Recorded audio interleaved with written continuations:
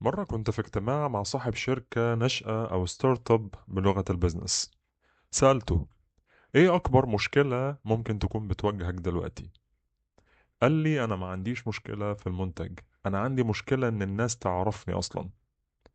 وقتها عرفت إن المشكلة مش محتاجة ماركتير عشان التسويق، وإنما اللي محتاجه في الوقت الحالي هو البيزنس ديفلوبر، الوظيفة اللي دايما ورا الكواليس، بس هي اللي ممكن تفتح الأبواب المقفولة. البيزنس ديفلوبر هو الشخص اللي مش بيستنى الفرص، هو بيبتكرها. هو اللي بيبص على السوق من منظور معين وبيشوف المنافسين بيعملوا ايه. ممكن تلاقيه دايما بيقول كده: في فجوة هنا احنا ممكن ندخل منها في السوق ده.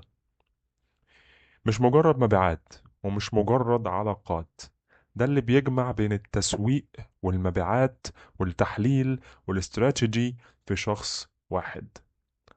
هو اللي يقدر يربط بين منتجك وشراكة جديدة أو يفتح سوق جديد في بلد تانية.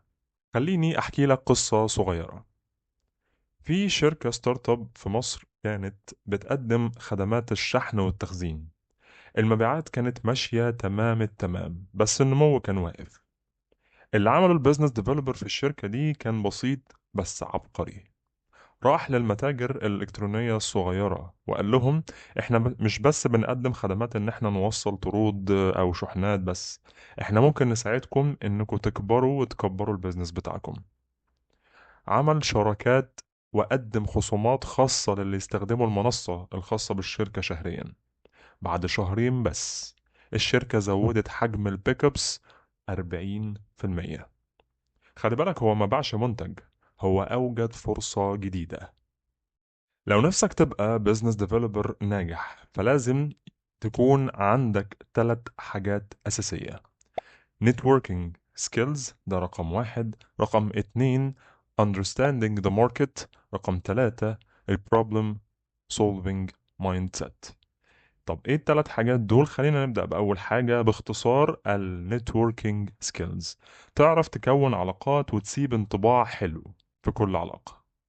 understanding the market، لازم تفهم السوق والترندز اللي بتحصل فيه. ال problem solving mindset، تشوف المشكلة وتحاول تلاقي لها فرصة للحل.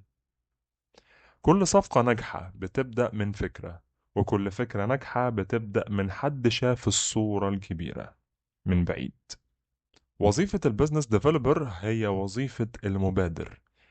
هو نظرة النمو لما الكل بيكون شايف إن السوق واقف. مش لازم تكون خريج بيزنس عشان تبدأ في الوظيفة دي. ابدأ من إنك تفهم الناس وتشوف احتياجاتهم إيه، وتفكر إزاي أقدر أساعدهم من السكوب بتاع البيزنس بتاعي.